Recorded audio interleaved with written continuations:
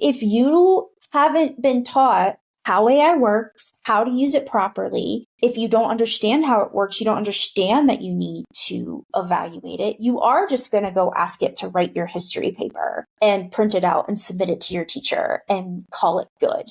But if you understand where the training data comes from that trains large language models, there's also different large language models. Some of them have very questionable training data that's been scraped from the web, right? Then you're like, oh, it's magical. But once you understand that, you're like, oh, that's where that training data is coming from. Like Twitter, it uses Twitter for the training data. You're like, I need to review everything that comes out of this and make sure that it's accurate, right? It's a tool, right? It's not going to work for everything. It's not the magic button. It's not magical, period.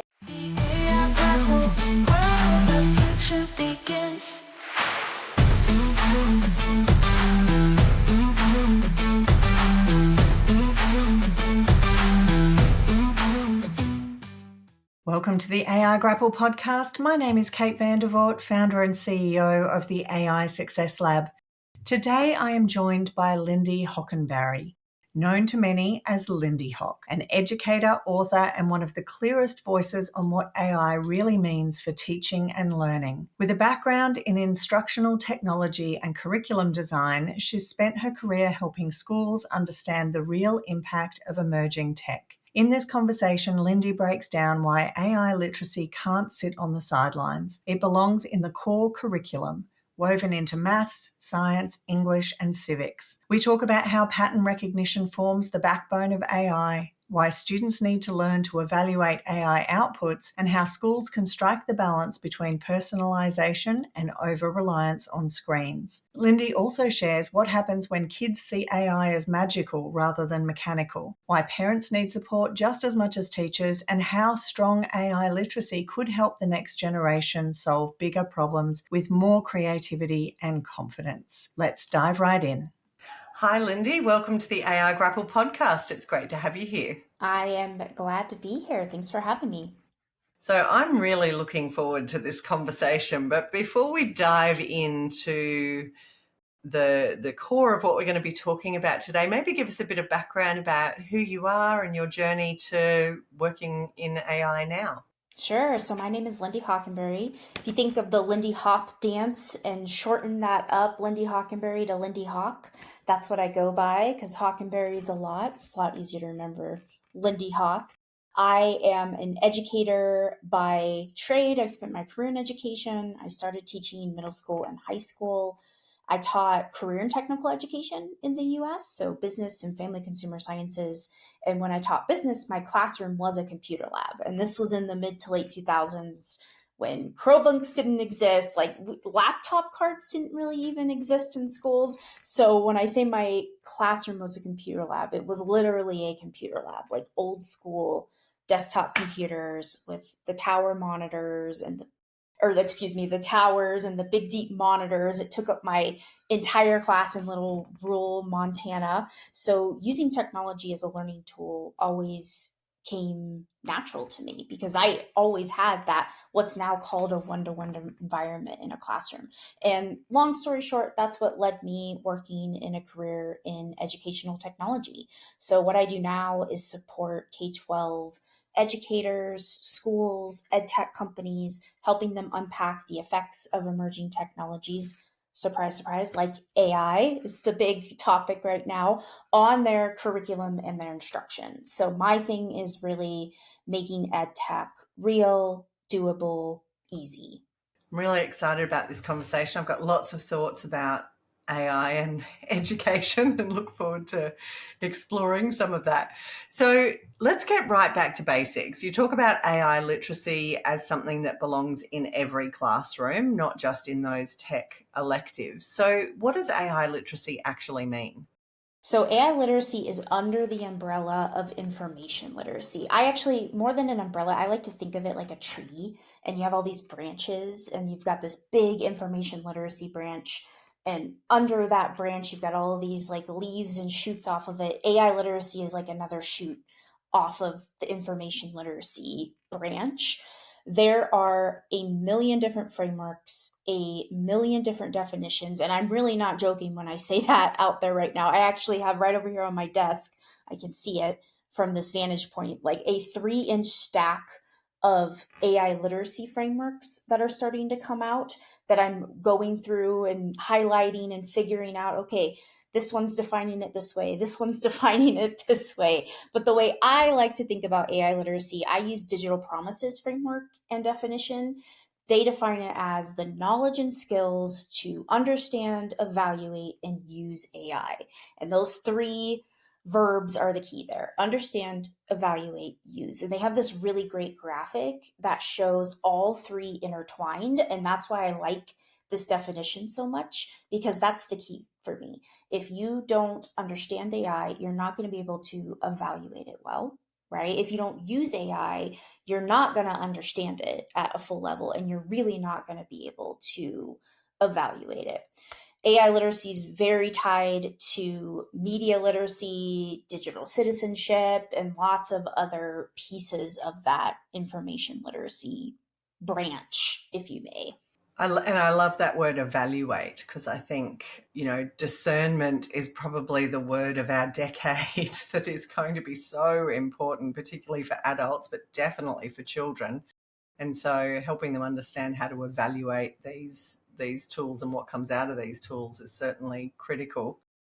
So I'm interested, why do you see AI literacy as something that's core rather than an option in education? And I know people sit in lots of different places on this spectrum. We were talking just offline about Australia's about to impose a social media ban on under 16. So we're starting to see some regulation around technology with young people. That changes how they communicate. I'm not sure how that's going to roll out in terms of AI. But why do you see it as something that's core rather than, a nice to have? Yeah, so 2 main points on why I'm really focusing on this idea of AI literacy being core. Point number 1: technology does not exist outside of human core content knowledge. Technology exists because humans go to school and they learn core content, and then they create really cool, inventive, sometimes scary, and right, technologies. I mean, right, it's because we learn math and we learn science and we learn how to write, we learn how to code. Right, that's what it is all about.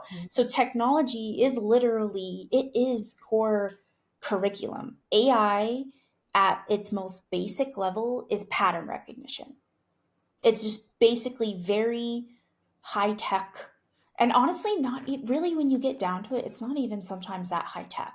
It really is just pattern recognition, just very, very, very fast, faster than a human brain can even think about finding patterns. That's all AI is. And what is pattern recognition but math? And I always, when I'm talking to teachers, I say, when do we start teaching pattern recognition? And this might be maybe a little different across the world, like US versus Australia, but I doubt it really is. Like, we teach it in preschool. Honestly, even before preschool, think about the board books that you give your toddlers, right? They're all teaching how to sort, how to find patterns. It's pattern recognition. Pattern recognition is math. If you look at math standards, pattern recognition is embedded in so many different math standards. So we're already teaching math. Why wouldn't we be teaching the math behind the technology that inundates our life, right? So to wrap up point number 1, technology is core curriculum. And it's such a great way to to engage students and make learning relevant, because the reason Australia is banning social media, the addiction, right? The anxious generation, all of that. What better way to engage and make learning relevant to students than teach them about the technologies that they're on all the time? And by the way, I know I might get some people kind of cringing at this thought. That doesn't mean that we have them on the technology. So much of what I do with AI literacy is completely non-tech. We don't touch, actually, I did a training for teachers. I don't know, it happened to be a local school a couple months ago, and it was a 3-hour training, and we were like 2 hours in, and we'd only done one thing on their computers. And I told them, I always say, bring your laptops. This is a technology training, right? Like, bring your laptops. And they were kind of looking at me like, wait, like, we've only done one thing and we're 2 hours into a technology training. I'm like, yeah, because so much of understanding technology is not using technology, right? Think about how you would teach pattern recognition. You're going to start teaching pattern recognition not through a digital tool. You're going to do it through a non-digital tool. So that's kind of point number one of my push for like this idea that AI literacy is core curriculum. Idea number two is our lives are ruled by big tech and algorithms. Whether you like it or not, unless you have decided that you're going to be the person that disconnects from society in all way, shape, and form, that is incredibly difficult to do. Obviously, I live in Montana. Montana is very rural. We're the fourth largest state in the US, and we only have 1 million people in the whole state.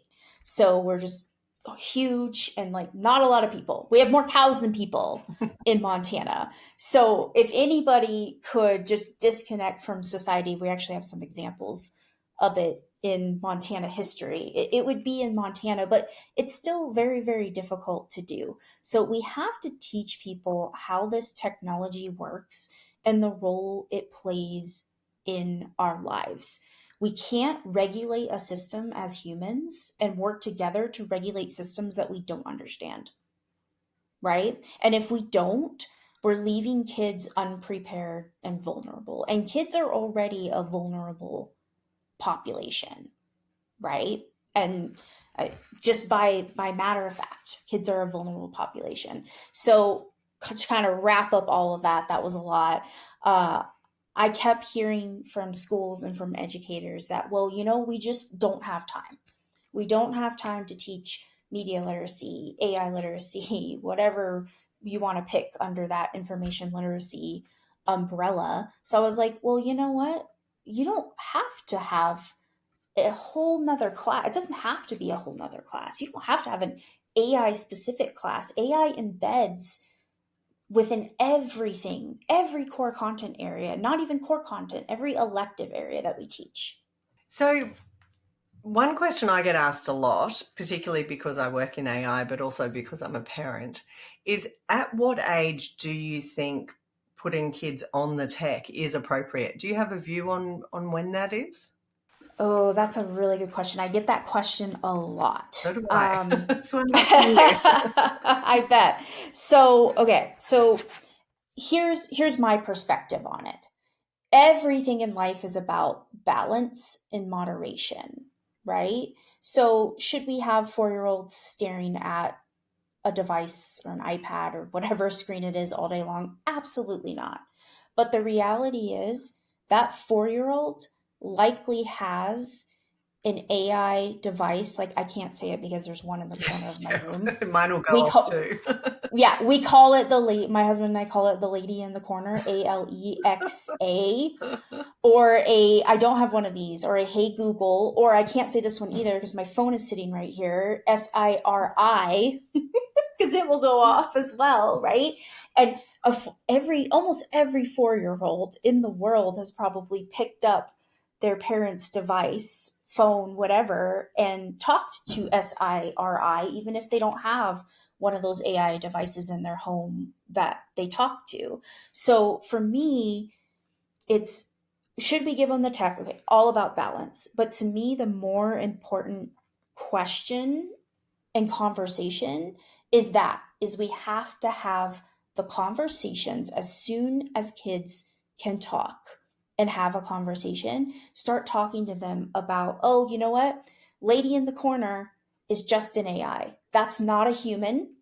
It's not a human, right? It's just an AI. It's just predicting and making guesses on what it's going to tell you. That's very different than how your mom, or your dad, or your grandma, grandpa, aunt, uncle, teacher, whoever it is having this conversation, interacts and talks to you because we have human brains. Those conversations need to happen as soon as possible because we can't, unless you are totally stepping away from society, we can't take away kids of every single age interacting with technology. And now AI is in every one of those technologies and more every single day. So you didn't answer my question. I wanted an age. Okay. Oh, no, you know, we can't put an age on, oh, this is when we should hand a child a device. And honestly, for the vast majority of parents out there, if you were to tell them, don't hand your kid your phone or an iPad or whatever device you have in your house until they're of X age, that is completely not doable.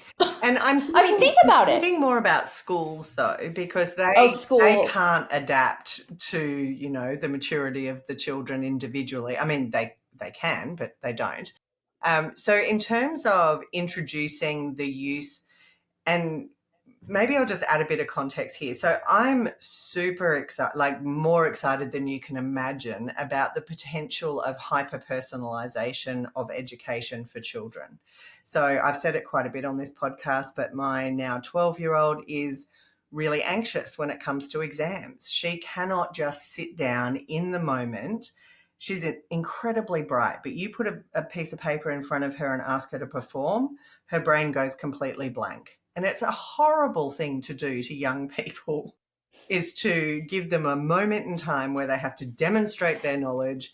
And so I'm particularly excited for the potential of AI that is constantly monitoring, creating learning experiences that are personalized to the children and where they're at in their learning journey, and that evaluates every day throughout the year her knowledge and her, what she's retaining, etc., rather than this concept of, one exam on one particular day. But then there's the other side of it around them actually using AI. And there's quite a bit around, well, is it cheating? And if you just use AI to get the answer, is that going to rot their brains? And so there's a whole lot in that, which I'm sure we can unpack some more of. But I think they're some of the big themes that are floating around at the moment. And so when you look at introducing AI into schools, and I've interviewed a chief technology officer for Catholic education here in Brisbane, they've got AI bots reading with 6-year-olds, where as the child's reading, it is creating the story as they go. So if they're stumbling over particular words, they put more of that word type. If they're stumbling over particular sentence structures, more of that happens. So it's real time adjusting and adapting to the individual child, which I think is fantastic. But some people would freak out about, you're using AI to teach a 6-year-old. So I know there was a Yep. lot in there, but they're all the kinds of thoughts and conversations that we as Yeah. parents are having around AI Yeah. and children and education. So my answer to your question, was it's all about moderation. That's my answer, because should we have devices in preschool and kindergarten and first grade and second grade? Yes, we should. Should they be staring at those screens all day long? No, we shouldn't. So that was my answer. In a roundabout way, is all about moderation. But what you're saying, that there's a ton of conversation in the education space right now around personalized learning, and we've been talking about it for years, decades, personalized learning, but now AI really is like, oh wow, we could really maybe make, like you said, this hyper personalization happen. But the trick is, and I've been dealing with this for 15 years, my 15-year career in EdTech specifically, so much of personalization requires a device. Because think about it, if you're the teacher and you have 30 kids in your classroom, the way to personalize, I mean, when I do trainings with teachers and I'm teaching them how to personalize or even differentiate, which is different. Differentiating is for groups, personalizing is one-on-one students. Even to differentiate, you really are, in order to make it possible, a teacher with 30 kids in a class and having very little non-instructional time, you have to use the tech. And one of the things I do is I teach teachers how to use technology to duplicate themselves, right? Instead of standing up in front of the class and saying, okay, here's what we're doing today, you record a video. and you put it on your learning management system. And then that student can watch that video at any pace that they want. They can pause it, they can back it up, they can speed it up. We have kids that watch them at 2 times speed. They're like the people that listen to podcasts at 2 times speed. That works for them, right? Then you have students that have to watch it 3 times to get all of the information. That's personalizing. But guess what? It's you having to use technology in order to get to that personalization. So it's a huge conversation of the balance of making sure personalization doesn't mean that kids are staring at screens all day long, especially. I mean, we don't want kids of any age staring at screens all day long, even though I can't help but see the irony in that, because what do so many adults do for jobs? All day.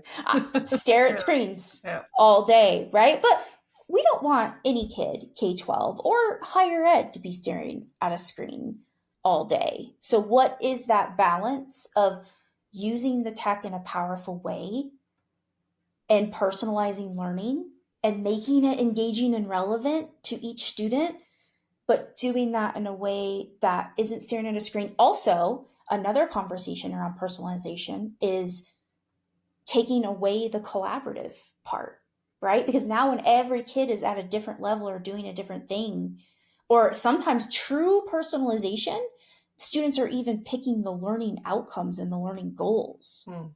So it's relevant to themselves. Then how do you as a teacher bring them together and teach those soft skills, communication, collaboration, teamwork, right? Yeah, and I think one of the things that we're moving into is this always on, and we already have it with our devices in our home, but that always on monitoring or the ambient AI. And I think that's an interesting conversation in classrooms, that if AI is actually able to always monitor what's going on in the classroom. But when I mention that to parents who don't potentially understand AI or don't really understand the world that we're, barreling into headlong at the moment, they're super concerned about their children being monitored by technology all the time. And so there's these tensions, I think, and I do think it's unfolding a little differently in the US to here. I mean, it's very slow here around the education side. But what a fascinating place to be navigating that with schools at the moment. Are you finding parents are fairly supportive of the work that you're doing in helping schools to manage this transition? All over the place. And it's not just parents, it's educators too. There's a huge chunk of educators that are very concerned about the idea of using AI for anything related to students, whether that's grading, giving feedback, personalizing learning, whatever it is. I would say there's probably, so many of those educators are also parents, right? When you think about it, an equal amount. So all over the place. And it really depends on, guess what? Their AI literacy. People that understand how AI works, that understand that it's just a predicting machine. Large language models are literally predicting the next token, because that's how large language models talk. They talk in tokens, not words. Then the natural language processing converts it into words, right? That's all they're doing. When you break it down and you understand that, a lot of people are like, oh, really? That's it? And I'm like, that's it. It's looking for patterns in its training data in order to predict. Then you kind of have this camp of people. Have you listened to, there's a podcast, not talk about another podcast on your podcast, but it's a really good one. It's called The Good Robot, I think. Yeah, I'm pretty positive that's the name of it. And it's really, really fascinating. I've shared it out on my social media before, because I'm like, everybody needs to listen to this, because she interviews both camps. She interviews the camp that I'm in, where I'm like, you know what? It's just pattern recognition. It's just a predicting machine. It's just predicting the next token. Like, that's all AI is. And then she interviews the camp of people that are out there. And there's a camp out there that think that AI is literally the end of humanity. And she gives both perspectives. And it's really fascinating. And I think it'll help a lot. Definitely. Yeah, it'll help a lot of people like figure out like, where are you? But to wrap that point up, I think once people understand and I'm able to teach them how AI works, that AI literacy, right? Not all, but a lot of people usually are like, "Oh, okay, I can do this. I can manage this," right? Hmm. And And it kind of puts the worries aside a bit. what I find in my work is that if people are stuck in the fear, they can't see the opportunity. And so giving people the space to explore those fears. And I imagine for some teachers, and I'm interested in what you've heard in your work, that for some teachers they're worried, are robots just going to replace us as teachers, or will AI be taking over my job? And it's interesting because the chief technology officer from Brisbane Catholic Education, they did a pilot where they introduced Copilot to a group of teachers, and then they monitored over the course of a month workload, sentiment, happiness across these two groups. So one who were not given Copilot, and then the other group that were. And the group that were given Copilot and properly rolled out with education, with support, they found they were saving 9 hours a week by the I use saw of that this study. program. And so what they found, though, was that they weren't saying, oh, it was great, I'm just more productive. They were saying it actually means I get home to have dinner with my own children. And Yep. so really tangible benefits and I think once people see the potential and those benefits, then it's a much easier, not sell, but much easier for them to start to see that opportunity. Are you finding that teachers are concerned? Because as a parent, I don't ever want a robot teaching my kids. I'm always going to want a human involved in that education process. So are you finding that there's fear around job loss, or is it more, what are the fears? Not as much. I feel like it's waning. Like 3 years ago, yes, 100%. There was that major fear that if we embrace AI, if we use it, it's going to take over our jobs. And yeah, we're gonna have robots of some sort teaching kids. Again, as we for really 3 years now, we just hit the 3 year anniversary of ChatGPT, by the way. November of 2022 is when it was released. So 3 years in to doing AI literacy trainings with educators, that is really starting to wane. Because, like you said, fear paralyzes us. So as soon as you explain and show the reality, by the way, we live in a world of misinformation. Did you realize that? Misinformation and disinformation. There is a lot of both when it comes to AI. So once you educate people and you pull out, oh, that's misinformation, that's disinformation, what's actually true, what's actually fact, then that fear starts to subside and they realize, like, oh, and I always tell teachers or anybody that asks me, like, is, AI gonna take over teaching? I always say it could. We could go, there's a lot of roads that we could go down as humans when it comes to this technology. There's good roads, there's bad roads, there's mixed roads, there's yellow brick roads. I just watched the new Wicked movie. There's all sorts of different roads, right? And some of them are very bad that we could go down.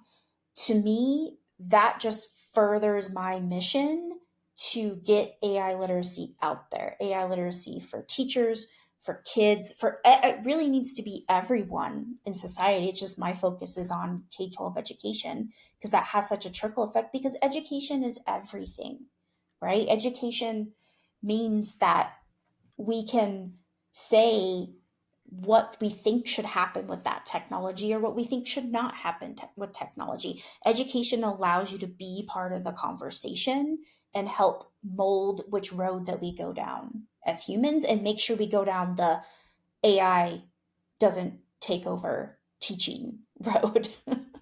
And what's your approach? Because I think the other big fear or misconception, because there's research that shows both sides, as there is for most things, this concept of AI is going to make us dumber, not smarter. And Mm, when I get asked that question, I often talk about, well, that's completely up to our own personal responsibility. And AI has made me 10 times smarter than I was 3 years ago because I use it to learn and grow, and I'm constantly using it to challenge my own perceptions and teach me new things that I don't know how to do already. So, I certainly use it in a way that is making me smarter and is enhancing my brain. But there's a lot of people that aren't. There's a lot of people that just are Mm-hmm. outsourcing their job or their task to AI and taking whatever the output is and going on their merry way. How do we address that with kids? And, I think as a society, we've lost a lot of that personal responsibility. And that's something I'm very passionate about teaching my kids is you are responsible for how you use this technology, and you are responsible for what your experience is then. But how do we approach that at a school or education level? There was a lot in that as well. Sorry, not just simple Yeah. questions. No, I love it. By the way, you gave my exact answer. I just posted this on my social media because I get this question all the as much as I get the question, when should kids be on technology? I get the question, is AI going to make us all dumb? And my answer is exactly the same as yours. It is an individual. We're framing it as a collective. It is an individual responsibility. And the answer of how do we do that in schools, you could probably guess my answer by now: AI literacy. And guess what? That's not just me saying that. And that's not just me throwing out terms. There's actually research and more research coming out every day to show that there's one study I use all the time that really changes educators' perspective on embracing, not embracing, wherever they're at in their AI journey. And it basically says the correlation of AI use and AI literacy. And so I always ask people, I'm like, do you think as people's AI literacy goes up, do you think their AI use goes up, or do you think it goes down?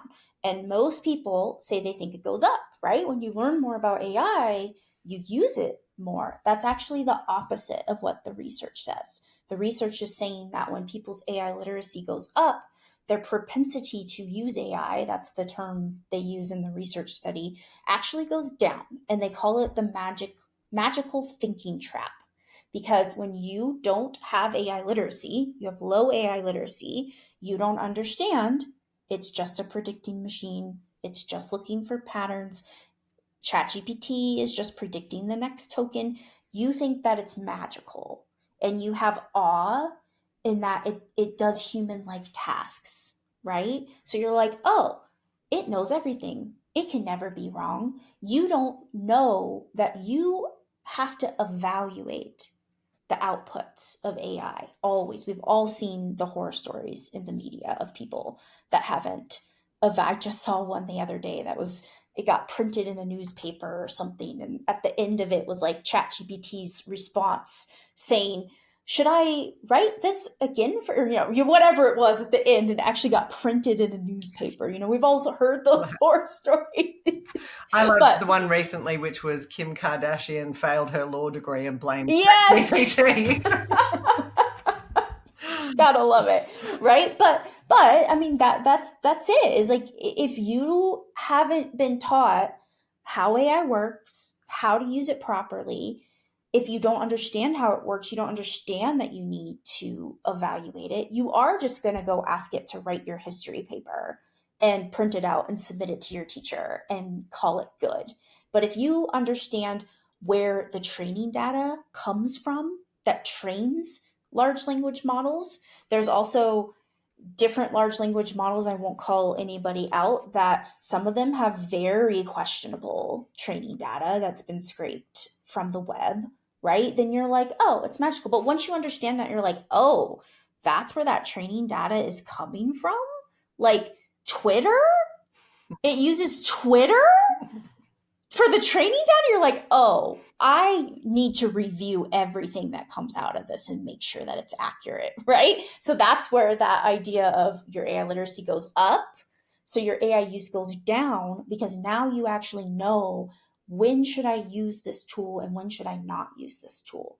It's a tool, right? It's not going to work for everything. It's not the magic button. It's not magical, period. And I think that's really the key at the K-12 level. to helping a lot of problems that we're seeing with AI. Yeah, because I mean, I'll be really honest, it still feels magical to me, and I understand how it works. So it's very seductive for young And guess people. what?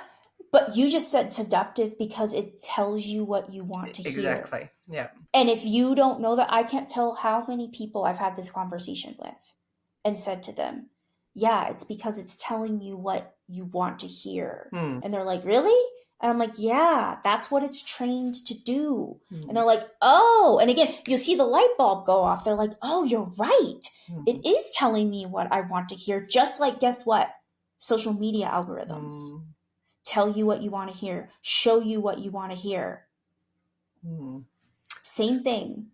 Yeah, and it does. I mean, it mirrors human empathy. It mirrors things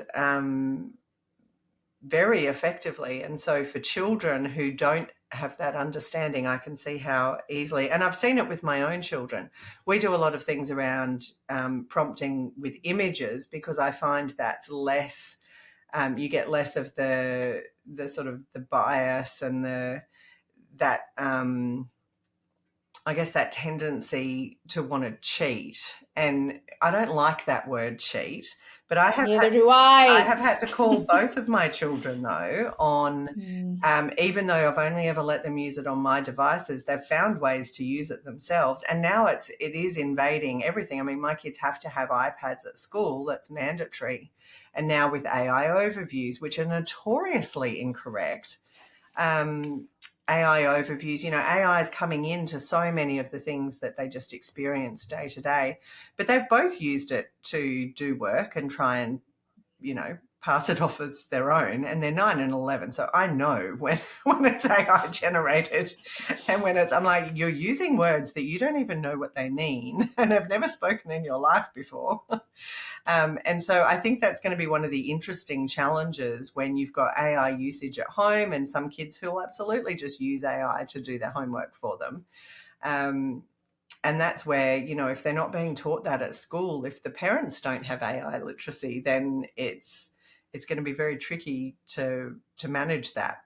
yeah, and that's guess what? That's a huge conversation in education right now is Mm, what's the parent's job and what's the school's job. And at least in the US, there's always the conversation that everything lands on the schools. It's always the school's mm. responsibility to teach everything. And it's true. I've It's said to true. my kids' school, though, I actually think you have a responsibility and an opportunity to educate parents on what this means for their kids. Yes. And Oh my gosh. they're just not interested in doing it. And I think it's because there's a Mm, fear. Um, you know, a fear of, well, where's that, where are we overstepping? But I do really think that it has to be a collaboration between the parents and the school, and they have to be on the same page. And someone's going to have to take the absolutely. lead in the education process around that. And I think the Yeah. natural place is the school to at least provide those opportunities to upskill parents on what this AI journey is going to mean for their children. One of my thoughts on EdTech after seeing all the ups and downs for the last almost 20 years of educational technology is I think one of the reasons we still have not nailed using technology as a learning tool in K 12 is because we missed educating the parents. Hmm. And there's a lot of, guess what, misinformation out there about what that means and what it looks like. You know what I mean? And yeah, yeah, I think that's huge. You're right. It's got to be the schools. It's got to be the parents. But where do the parents learn? Well, I'm trying to teach a lot of the parents in the workplace because I take, you know, my whole, you know, everything I'm doing is around that AI literacy and in the workplace. But if people are not exposed to that, and a lot of workplaces are still not doing anything around AI literacy, then, or if you're in a job that doesn't require AI literacy at the moment, then, you know, it's very hard to get and I'm very passionate about that human-centered, ethical, responsible use of AI. And if you just jump in and start using AI, you kind of miss that piece. So for parents that are not exposed to it in the workplace, I think the school is where they're going to Yeah. get exposure to that. Where do they learn and where do they find the time? Mm, They're likely work full time. They're raising kids. So those two things we already know. I mean, just raising kids, period. We already know mm, their time is maxed out. So they're not gonna. Not every parent is going to go find the time, make the time, know where to find the right information. mm. And not every parent has the information literacy to be able to discern what's misinformation, what's disinformation, what's real. And every day, by the way, AI is making that mix harder and harder to pull out. Mm. So by not teaching information literacy to kids, to parents, to people, we're just perpetuating. And the technology is making it worse and worse and worse. The better it gets, the more advanced it gets, right? So for educators and parents who want to get started but don't really know where to begin, what are some simple practices or habits that can help build that strong AI literacy? And, do you have resources for educators and parents who are not in your location and able to do your programs where they can find some of that early information? Yeah. My big thing is for parents and educators, have the conversations as soon as your kids can talk. Like I said earlier, just start having the conversations. And by having the conversations doesn't mean you have to have the answers, right? Ask the questions, pose the questions. And it's amazing when you start posing the questions that kids are naturally inquisitive, right? They're going to want to find the answers. And then you can go find the answers together and figure it out together. It's So that's, actually one of the things I've taught my kids. We have conversations with ChatGPT or other platforms now a little more often, all the time. And anything I do with my kids, I make sure that the AI knows not to provide the answers, but help us to explore the topic. And so I've yes. created custom GPTs for my kids where they can have conversations, and it's absolutely trained not to provide the answers, but to use what they're passionate about, dance and netball and swimming, as examples to lead them to learn about the topic that they're asking about, never to provide the answers. And when we Yep. have conversations, they hear me saying all the time, because we do a lot by voice now rather than typing it, they hear me saying, don't provide the answer, but ask us Mm, questions and help us come to our own determination about whatever the topic is. And so I'm teaching that to my kids early, that it's not about just going and getting a quick answer, because my kids would you're start modeling. just talking to the devices and going, hey, what's the answer to this? And I'm like, no, that's not how we do it in this house. And those devices will be out of the house if that's how we're going to. Yeah, and I'm talking about the ALEXA and the GOOGLE.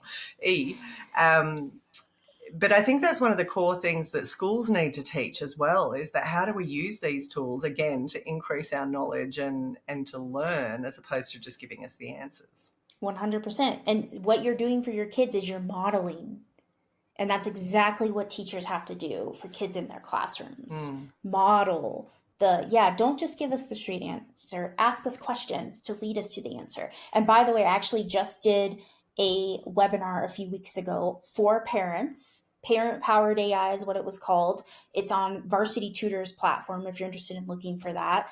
But one of the things I taught them was there's tons of tools out there. ChatGPT is great, and if you know how to prompt it and say, "Don't give me the answers." There's also less like I think it's called study mode in ChatGPT, Mm. where it's like you can turn that on and it does that. But there's a lot of other really great tools out there. Notebook LM, My favorite. amazing. Actually, I was just listening to a podcast on my drive this morning that's called AI for Kids, and she was interviewing a parent. And this parent, one of the things she's doing is teaching other parents how to use AI to help their kids. And she was saying that just that morning, she was helping her daughter study for her test that day by using Notebook LM. Mm. Absolutely amazing. It's a free Google tool. So you need a Gmail account and you can go use it. You can upload materials. And by the way, 2 weeks ago, it got a huge update. Gemini, the new Gemini 3 was released, and now it has even more cool things. It already had audio overviews that create these podcast summaries. It already had videos. The videos are even better now. And then now it has like an infographic feature. I'm So using it'll make that an all the infographic. time. It's Yeah, phenomenal.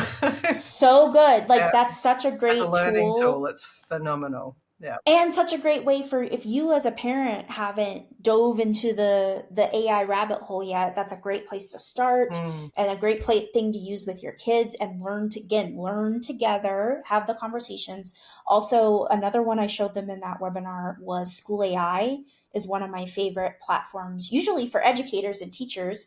It's just schoolai.com, but it's also great for parents. They have this tool called Spaces, and it's a bit like a custom GPT but specific for education. So you as the parent or teacher go in there, and now they have a new School AI 2.0. It's even better. You talk to Dot is the name of the AI, and you tell Dot what you want to do.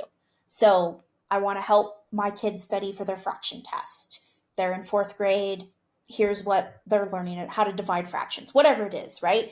Don't give them the answers. And the other thing about School AI that's cool too, though, is it's already trained. It has like a pedagogical layer over the top that's Mm. already trained to not just give the answer, but you can still tell it that in the prompt, right? I want you to guide them towards the answer. It's all guardrailed and safe. So you know the AI is not going to go off the rails or anything like that. So yeah, lots of great tools, and it's just interesting that the same tools that I use and teach teachers how to use with their students are also fantastic for the parents as well. The two things that I always share with parents that I know is when your child comes and asks you for a colouring in sheet, I always used to go to Google and just take a colouring in sheet off Google, but now we prompt a colouring in Mm, sheet. So my daughter had her 12th birthday the other day, and we did a colouring in sheet that had all 6 of the girls who were here for a sleepover. It had all the things that they love, and it was very tailored to us. You know, her puppy was in the picture, and so they actually got this highly customized colouring in sheet that was more aimed at 12-year-olds. So it was kind of the yeah. mindfulness small, you know, and they all got the textures out. And so prompting colouring in sheets and getting the kids to participate in the prompting of the colouring in and then getting to see themselves in their own colouring in, that's a really fun one. And the other one's But creating music.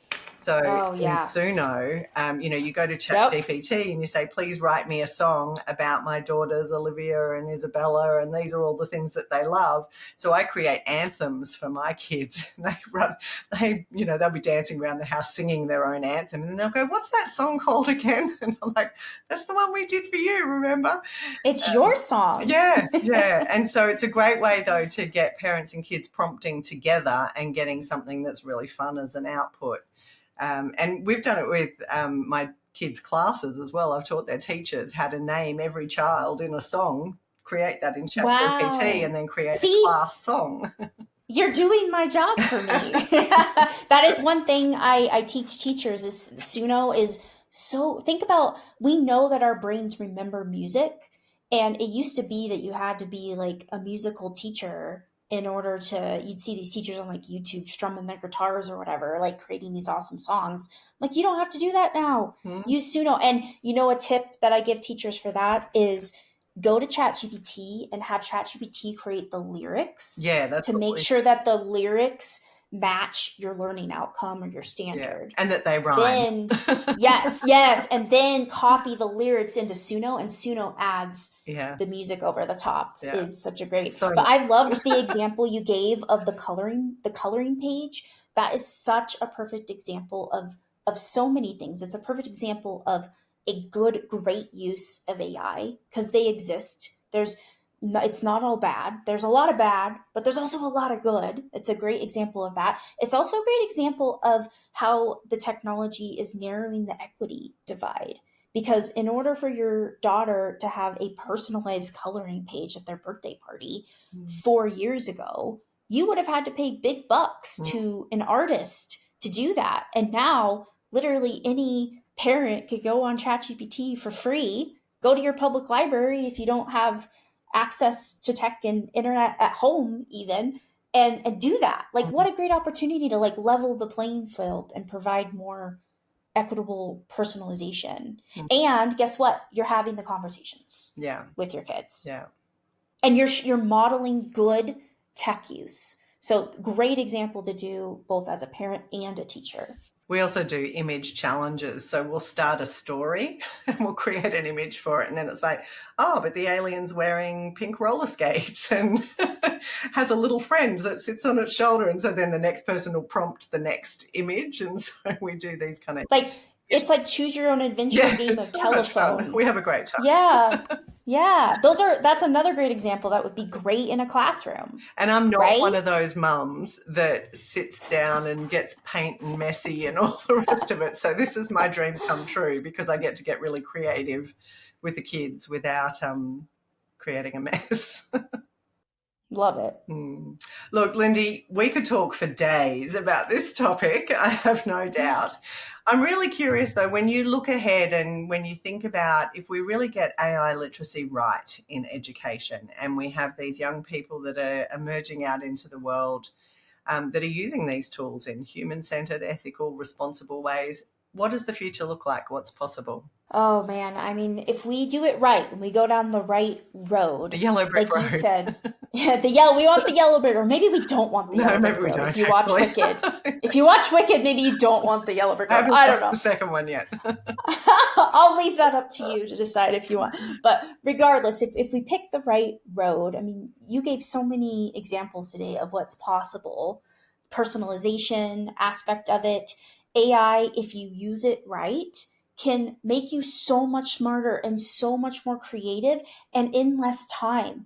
It helps me do more and think deeper because I have the AI literacy to know how to use it correctly and use it in that way. I also have the value system embedded within me of being a lifelong learner, right? That's another piece we didn't get to today, is talking about that, like the civics and the citizenship and the digital citizenship part of what we do in schools. But point being, if we do that, like think about your daughters. They're 9 and 12.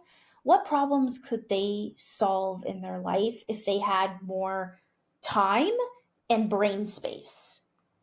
Right? If our brains and our time aren't being taken up by the drudgery of things, like what more could we do? What problems could we solve as humans? That makes me really excited if we can figure out how to do this right as humanity.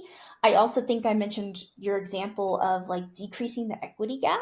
If we can figure out how to get equitable access to this technology, the possibilities are endless. I was just talking to a friend the other day about text to video generation and how detailed and good it's getting. And I'm like, how amazing would that be if you were a kid that's from a family that doesn't have a lot of means and your dream is to be Steven Spielberg? You want to be the next Steven Spielberg and make great movies. You, a few years ago, would have had to have bought really expensive camera and video equipment and all of the things. And now you can go explore and experiment with creating videos by writing text down. And guess what you're doing, by the way, when you're writing prompts? You're enhancing your vocabulary, your writing.